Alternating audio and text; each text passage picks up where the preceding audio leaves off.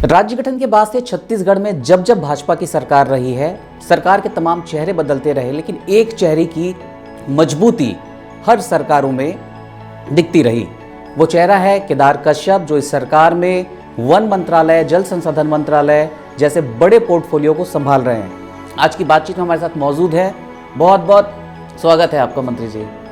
सभी को नमस्कार। कैसी चल रही है सरकार? बहुत अच्छी चल रही है और मेरे लिए गर्व का विषय भी है कि माननीय मुख्यमंत्री श्री विष्णुदेव साय जी के नेतृत्व में जिस तरीके से इन 1.5 वर्षों के भीतर में जो मोदी जी की गारंटी रही, उन गारंटियों को पूरा करने में माननीय मुख्यमंत्री जी ने जो तत्परता दिखाई, चाहे वो प्रधानमंत्री आवास की बात हो, चाहे वो हमारे धान की कीमत हो 31 रुपये प्रति क्विंटल धान की कीमत हो, या 2 साल का बकाया बोनस का राशि हो, चाहे वो हमारे महतारी वंदन के तहत में हमारे लगभग 70 लाख से ऊपर हमारे माता बहनों को इस योजना का लाभ देने की बात हो, हमारे वनवासी क्षेत्र में रहने वाले लोगों को लगभग 14 लाख परिवार का उनको 4,500 से बढ़ा करके 5,500 रुपये मानक पूरा करने का। ऐसे अनेकों कार्य हैं जिसके माध्यम से हमारे माननीय मुख्यमंत्री श्री विष्णुदेव साय जी ने जो छत्तीसगढ़ में जो आमूलचूल परिवर्तन किया है, कृषि के क्षेत्र में हो, हमारे वनोपज का विषय हो, चाहे आवास की स्थिति हो, स्वास्थ्य की दृष्टि से हो, अधोसंरचना की दृष्टि से हो, हर क्षेत्र में जो एक विज़न के साथ में काम कर रहे हैं और उनके साथ काम करने करके बहुत कुछ सीखने का भी अवसर प्राप्त हो रहा है। और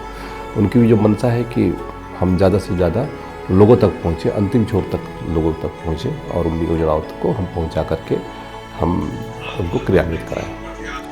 विपक्ष में रहते हुए एक बड़ी जिम्मेदारी भी आपके हिस्से थी, संगठन के महामंत्री आप थे, बड़ी लड़ाई लड़ी, सड़कों पर जाकर आप लोगों ने लड़ाई लड़ी है। जिन वादों के बूते बीजेपी ने राज्य में सरकार बनाई है, जाहिर है कागजों पर तो वादे पूरे होते दिखते भी हैं। ज़मीनी हालात पिछली सरकार के कंपैरिजन में बात की जाए तो ज़मीनी हालात राज्य में कितने बदले हैं? देखिए, जहाँ तक पिछले समय जब वैसे तो भारतीय जनता पार्टी ने मुझे हमेशा जो दायित्व दिया है, और मेरा सौभाग्य है कि मुझे इस लायक समझा एक छोटे से कार्यकर्ता को आज, चाहे महामंत्री के दायित्व हो, चाहे प्रवक्ता के दृष्टि से हो, चाहे हमारी सरकार में कार्य करने का अवसर हो, विधायक की दृष्टि से हो, तो कहीं ना कहीं से उन कार्यों को करने में एक उसके साथ में ऊर्जा के साथ में काम करने का एक अवसर प्राप्त मुझे मिला और अच्छा लगा। एक टीम भावना के साथ में हम लोगों ने काम किया।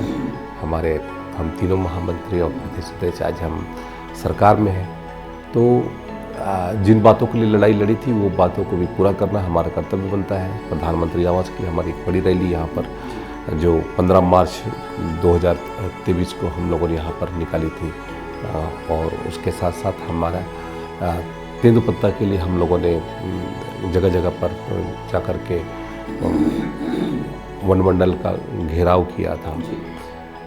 अनेकों ऐसे उदाहरण हैं। हमारे जो पीएससी में जो घोटाला हुआ उसको लेकर के हम लोगों ने घेराव किया था और कहा था कि हम पूरी पारदर्शिता के साथ में हम लोगों को हम रोजगार देंगे।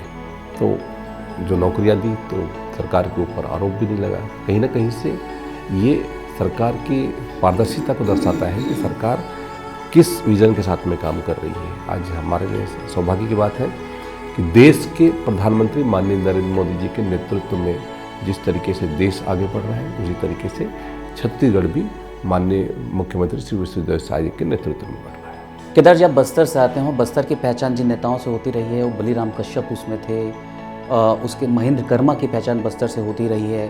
कुछ वक्त तक बात करें तो अरविंद नेताम भी थे, लेकिन आज के संदर्भ में बस्तर में जिन बड़े चेहरों के नेताओं को देखा जाता है उसमें सबसे अव्वल दर्जा आपको माना जा रहा है, ऐसा आप मानते हैं? मैं देखो, पार्टी ने मुझे अवसर दिया है, मैं एक कार्यकर्ता हूँ और अभी जो जिस पद में हूँ वो मेरे दायित्व है और उस दायित्व के साथ में न्याय कर सकूँ ये मेरा कर्तव्य बनता है। पार्टी के दृष्टि का विस्तार, पार्टी के विचारों को नीचे तक पहुँचाने का काम करना और जहाँ तक नेताओं की बात है तो हमारे बस्तर से ही हमारे राष्ट्रीय उपाध्यक्ष आदरणीय लता उसेंडी जी हैं, हमारे प्रदेश के अध्यक्ष आदरणीय श्री किरण देव जी हैं, और सब मिलकर के हम बस्तर के क्षेत्र का कैसे विकास किया जा सके, इसके लिए हम लोग योजनाबद्ध तरीके से बैठते भी हैं कि किस तरीके से हम पार्टी के विचारों को और विकास के कार्यों को हम गति दे सकें।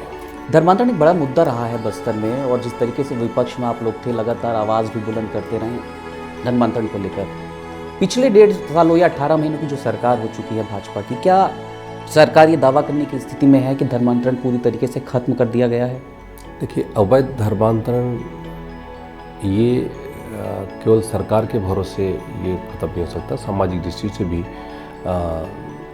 एक आंदोलन का स्वरूप बनना चाहिए। और आज समाज जागृत हो रहा है और अवैध धर्मांतरण पर कहीं ना कहीं से अब रुकावट आती जा रही है। जो भी चीज़ें अवैध होंगी उसके ऊपर सरकार का पूरी तरीके से कोशिश है कि उस पर कार्रवाई हो। और पिछले कुछ महीनों से या फिर सालों से हम बात करें तो पिछली सरकार की तो कोशिश ये रही कि वो आदिवासियों की आस्था के केंद्र, उनके धर्म स्थल और जो संस्कृति है उसको किस तरीके से दूषित किया जाए। जब एक अपने एसपी यदि ये लिख करके भेजता है, राज्य सरकार को आगाह करता है कि यहाँ पर अवैध धर्मांतरण जोर शोर से बढ़ रहा है, या फिर एक यदि कहते हैं कमिश्नर वो लिख करके भेजता है कि कहते हैं अवैध धर्मांतरण पे रोक लगनी चाहिए, तो इससे बड़ा उदाहरण और क्या हो सकता है कि सरकार में जब बैठे थे लोग तो उन लोगों ने इस पर कोई कोशिश नहीं की। आज कोई ऐसा लिख कर देता है या कुछ ऐसा होता है तो उसके ऊपर तत्काल कार्रवाई होती है, जो नीतिगत है वही कार्य होंगे, अन्यथा अवैध तरीके से जो भी कार्य होंगे, चाहे वो धर्मांतरण का विषय हो चाहे किसी भी विषय में हो, उस पर कार्रवाई होगी। केदार जी, आप आदिवासी समाज से आते हैं और चूंकि आपने पूजा और बाकी परंपराओं का जिक्र किया, पूर्वजों की संस्कृति का आपने जिक्र किया, तो एक सवाल जहन में ये उठ रहा है कि आखिर विवाद की स्थिति कहाँ खड़ी होती है? बीजेपी की आइडियोलॉजी में जो आदिवासी हैं उनको वनवासी का दर्जा दिया जाता है, वनवासी कहा जाता है, लेकिन एक तबका ऐसा भी है जो इस बात का विरोध करता है कि आदिवासियों की मूल पहचान आदिवासी है, वनवासी नहीं है। तो ये विरोधाभास खड़ा कहाँ होता है? कौन लोग हैं जो इस तरीके से इश्यूज़ को रेज करने की कोशिश करते हैं? वनवासी आदिवासी है या आदिवासी की मूल पहचान आदिवासी है? देखिए, आदिवासी तो बोलचाल की भाषा में हम आदिवासी कहते हैं, अन्यथा जो कॉन्स्टिट्यूशन में जो उल्लेख है, जो संविधान के उसमें उल्लेख है, उसमें जनजाति है। तो जनजाति को यदि हमारे तो हमारे यदि कहते हैं माननीय मुख्यमंत्री उसको जनजाति कहते हैं, तो लोग कहते हैं कि ये जनजाति कहते हैं। भाई, जो संविधान में लिखा गया है वही तो हम कहेंगे। तो ये कहीं ना कहीं से ये दोहरा मापदंड जो लोगों का दिखाई देता है। मैं पिछले दिनों एक हम पीसीसी अध्यक्ष का देख रहा था, वो जनजाति शब्द को लेकर के वो खिल्ली उड़ा रहे थे, तो वो खुद ही अध्ययन नहीं किए कि वो संविधान में जनजाति शब्द है कि नहीं है। और यदि उस बात को यदि हमारे माननीय मुख्यमंत्री जी कहते हैं तो उस बात को टारगेट करने की कोशिश करते हैं। जहाँ तक हमारे जो यहाँ पर जो आदिवासी जो शब्द है या वनवासी जो हम कहते हैं, वनवासी में जनजाति और जो हमारे वन क्षेत्र में रहने वाले जितने भी लोग हैं वो सारे के सारे उसमें सम्मिलित होते हैं, जो उस क्षेत्र में निवास करते हैं।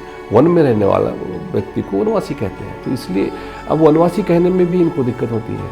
तो कहीं ना कहीं से ये इस बात को, आखिर भगवान राम का वनवास क्यों हुआ, ये तो उस समय वो लिखा गया था ना, तो उसमें वनवास क्यों कहा गया? तो वनवास हुआ था ना, 14 साल का वनवास हुआ था।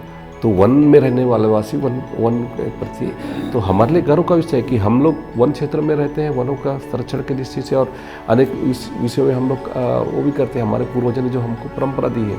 तो इस बात का हमको गर्व होना चाहिए। इंद्रावती को महानदी से लिंक करने की योजना पर भी आप लोग काम कर रहे हैं, कितना फ्रूटफुल होगा? और यदि सर्वे के बाद यदि काम ज़मीन पर आता है, कितना वक्त लगेगा, कितना बड़ा खर्चा होगा, क्या योजना है इसे लेकर? देखिए, अभी इंद्रावती या फिर हमारे बस्तर के उस क्षेत्र में जो 310 टीएमसी अभी वहाँ पर बरसात का पानी उपलब्ध है, और वो पानी पूरा बह करके गोदावरी में चला जाता है और उसका सही तरीके से उपयोग हम अपने बस्तर के क्षेत्र में नहीं कर पाते, बस्तर में भी नहीं हो पाता है।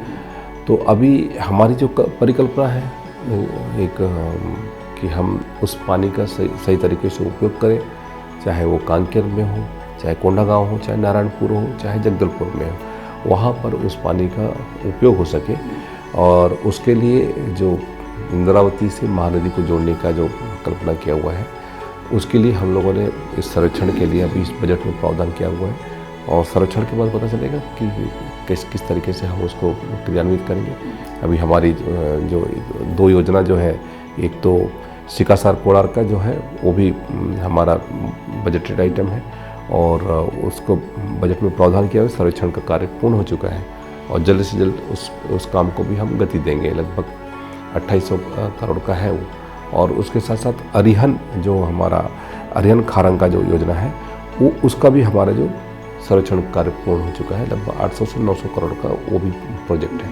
तो इस तरीके से जो इंद्रावती और महानदी को जोड़ने की बात हो, चाहे कोड़ार सिकासार की बात हो या अरिहन और खारंग की बात हो, हम नदियों को जोड़ करके हमारे पानी का समुचित तरीके से उपयोग करें। जो देश के पूर्व प्रधानमंत्री भारत रत्न अटल बिहारी वाजपेयी जी ने जो एक विज़न दिया था, उस विज़न के तहत में हम आगे बढ़ रहे हैं और हमें उम्मीद है इसके तहत में हम अपने वर्षा के जल का सही तरीके से उपयोग कर पाएंगे। प्रक्रिया चल रही है? बिल्कुल प्रक्रिया चल रही है।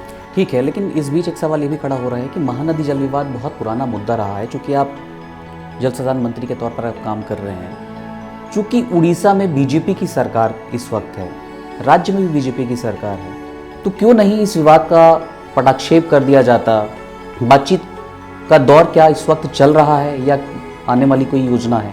देखिए, एक तो 2 विवाद प्रमुखता से, एक तो महानदी जो जल डिस्ट्रीब्यूशन का है उसका है, तो उसके लिए भी जो ट्रिब्यूनल बना हुआ है, उस ट्रिब्यूनल में लगभग 45-46 से उसकी बैठकें हो गई हैं और उसका निर्देशित भी किया गया है। और अभी हमारे माननीय मुख्यमंत्री श्री विष्णुदेव साय जी ने निर्देशित किया और हम वहाँ के मुख्यमंत्री श्री आदरणीय श्री मोहन मांझी जी ने उन दोनों के माध्यम से ये तय किया गया कि जो हमारे अधिकारी निचले स्तर के सचिव स्तर के लोग जा कर के इस बात को थोड़ा सा आपस में बैठ करके चर्चा करें और चर्चा करके उसके निदान के दृष्टि से आगे बढ़ें। तो उस दृष्टि से अभी हमारे कार्यक्रम चल रहे हैं, बैठकें हो रही हैं और अभी उसी का परिणाम है कि हमारा जो इंद्रावती में जो जोरा नाला का जो विवाद है, वहाँ पर जो स्ट्रक्चर बनना था, उसका जो पानी हमको मिलना था वो पानी नहीं मिल पा रहा था और उसका परिणाम ये है कि अब चर्चा होने के बाद हमको अब वहाँ का पानी भी मिलना प्रारंभ हो जाए। वाटरशेड 2047 मिशन क्या है और इस मिशन के तहत छत्तीसगढ़ के संदर्भ में बात करें तो किस तरीके की स्ट्रेटजी पर आप लोग काम कर रहे हैं इस वक्त? देखिए, जल हमारा जो पहले तो हमारा ये होगा कि हमारे यहाँ पर जितने भी स्ट्रक्चर बने उनको सही तरीके से हम क्रियान्वित करें। अभी लगभग 10 से 15 साल तक ऐसे बहुत सारी योजनाएं रही जो आधी अधूरी है, उनको हम पूरा करने का हमारा लक्ष्य है और लगभग उसमें 128 योजना हमारे उसमें चलते हम ले रहे हैं ताकि उन योजनाओं को हम पूर्ण कर सकें।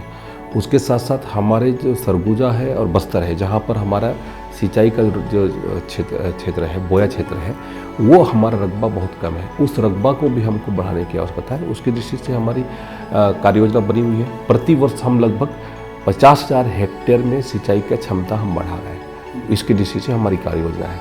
तो ये हम उस दिशा में हम लगातार हम काम कर रहे हैं और जितने भी हमारे जैसे अभी इंटरलिंकिंग की हमने बात की, नदियों को आपस में जोड़ने की, उसी तरीके से और भी कौन कौन सी ऐसी योजना होगी जो जिस योजना के माध्यम से हम सिंचाई का रकबा बढ़ा सके, इस पर हमारी योजना है। आप सहकारिता मंत्री भी हैं। सहकारिता से जुड़ा सवाल विधानसभा में लगा था कि पिछले 1.25 साल 1.5 साल की सरकार में एक भी सहकारी बैंक नहीं शुरू किया जा सका है और जबकि धान खरीदी का पैसा इन बैंकों के जरिए ही किसानों तक पहुंचता है। क्या आने वाले दिनों में आप लोगों की योजना है और नहीं खुल पाने के पीछे की वजह क्या थी? देखिए, हमारे प्रदेश में 6 बैंक हैं, एक जगदलपुर, एक अंबिकापुर, बिलासपुर, हमारे रायपुर और दुर्गानगर। तो ये इनके माध्यम से हम अपने समस्त किसानों का जो धान का खरीदी है और इन विषयों को लेकर के जो अल्पकालीन ऋण है उनको लेकर के हम लोग आगे गति देते हैं। और अभी हमारी कोशिश है, अभी हम कैबिनेट में लेके जाएंगे कि जो हमारे बड़े हमारे जो बैंक हैं उनका क्षेत्रफल जिनका बड़ा है, जहाँ किसानों की संख्या ज़्यादा है, उन बैंकों को हम और विस्तार करें, उनमें हम आगे लेकर के जाएं। तो मुझे उम्मीद है कि उसमें जो उचित होगा उसके दृष्टि से हम काम करेंगे, लेकिन बैंक डिफंग नहीं हो इस बात की भी हमारी कोशिश होगी कि कहीं ऐसा ना हो कि बैंक उसके कारण से बंद हो जाए। एक सवाल मैं देख रहा था, विधानसभा से जुड़ा ये आंकड़ा आया था कि साय सरकार के पहले बजट में तेंदुपत्ता सामाजिक सुरक्षा के लिए जो प्रावधान किया गया था 20 करोड़ के आसपास का था। लघु वनोपज संघ में अनुदान के लिए तकरीबन 30 करोड़ का प्रावधान किया गया था, खर्च लेकिन जीरो हुआ। लघु वनोपज प्रसंस्करण के लिए 12 करोड़ का प्रावधान रखा गया था, लेकिन तब भी खर्च जीरो हुआ। क्या बतौर मंत्री ये सुनिश्चित करेंगे आप कि जिस तरीके से विधानसभा में बजट विभागों को दिया जाता है वो वक्त पर खर्च हो? और खर्च नहीं हो पाने के पीछे की क्या वजह होती है? इसके पीछे कोई मैकेनिज्म काम करता है? नहीं, देखिए, जो बजट दिया जाता है तो वो 1 साल के लिए नहीं होता, 2 साल के लिए होता है, और उसमें अभी बजट में प्रोविज़न है।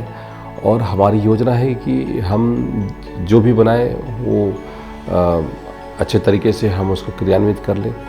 लघु वनोपज के लिए जो हमारा चाहे संग्रहण हो, चाहे प्रसंस्करण हो, विपणन, इस तरीके से हमारी जो कार्य योजना हम बना रहे हैं।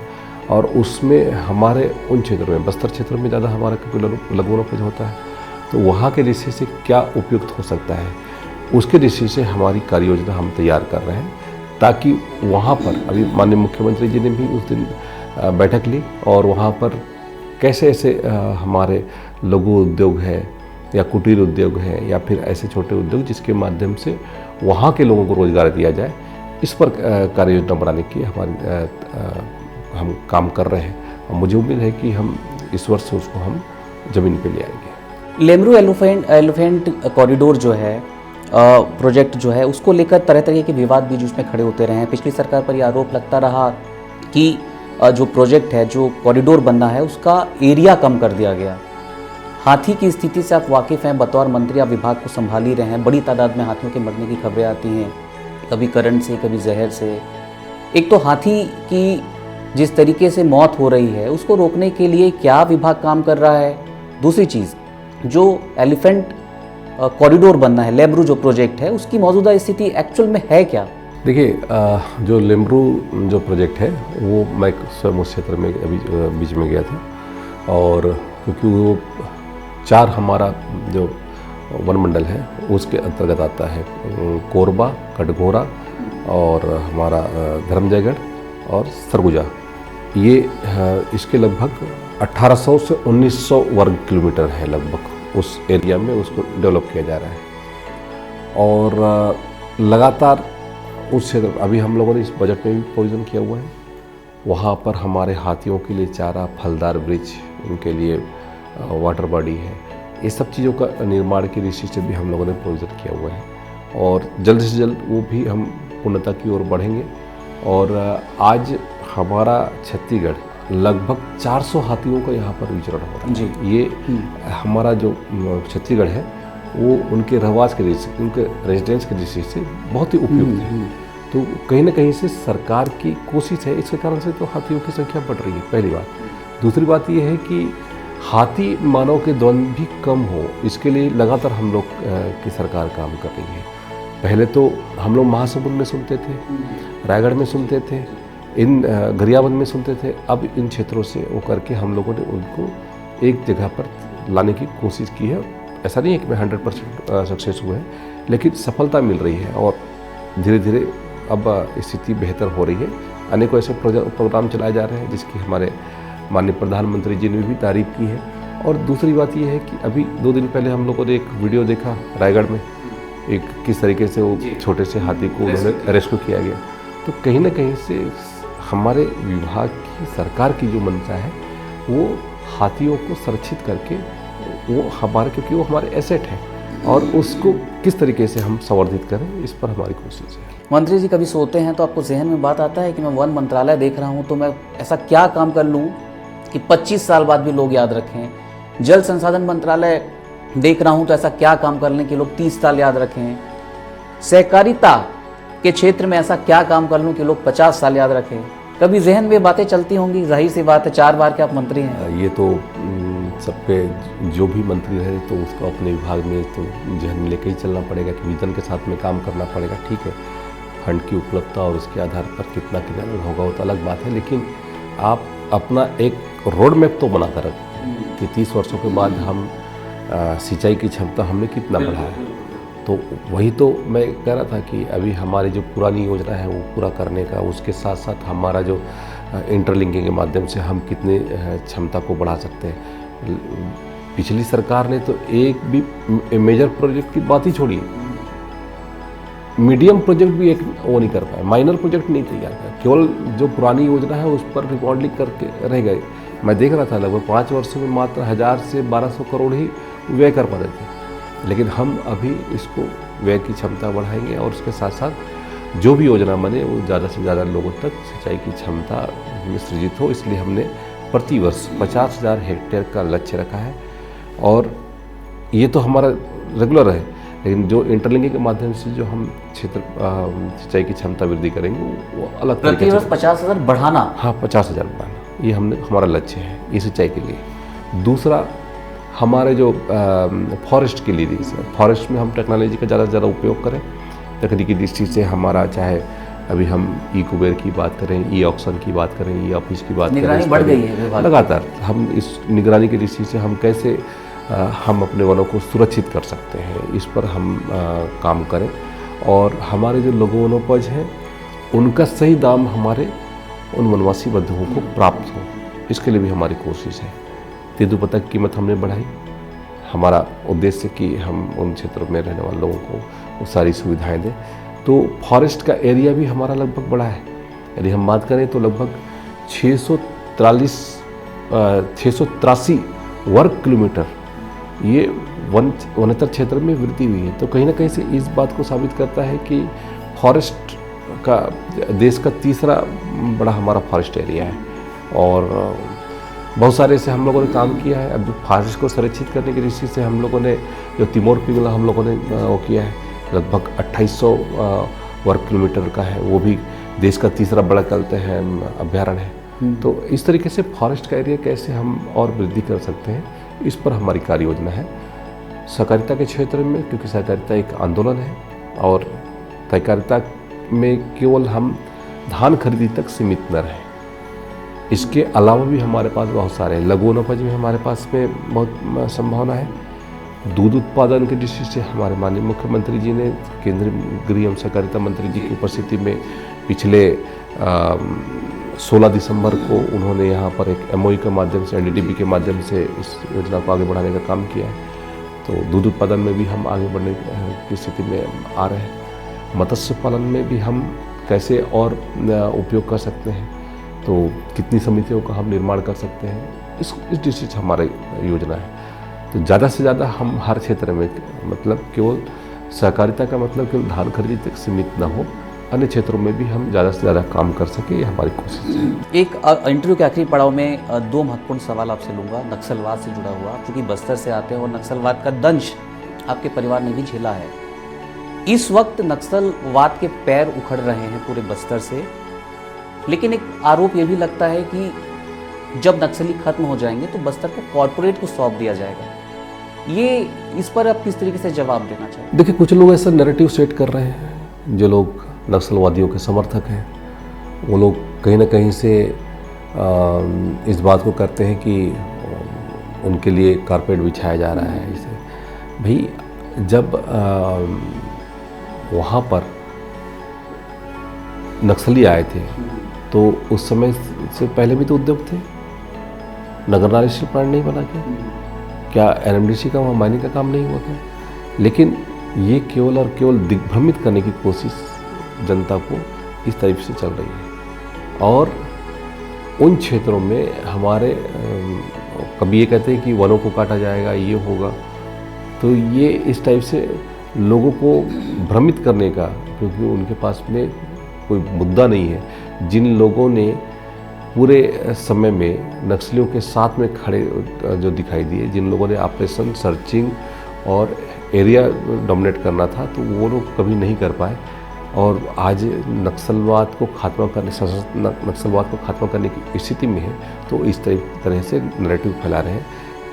फोर्स भी वही है और हमारे अधिकारी भी वही हैं, और सरकार की इच्छा शक्ति के ऊपर निर्भर करता है कि वो किस तरीके से, किस गति के साथ में वहाँ पे काम करें। आज हमारे जवानों का हौसला बढ़ा हुआ है, उनके टॉप लीडर मारे जा रहे हैं, तो इस पर उनका कुछ कहना नहीं होता है। वहीं पीसीसी अध्यक्ष कहते हैं कि नहीं, आम जनता मारी जा रही है, और उसके जस्ट थोड़ी देर के बाद में जो नक्सलवादी हैं वो लोग क्या करते हैं, प्रेस रिलीज जारी करते हैं कि हमारे ये लोग मारे गए।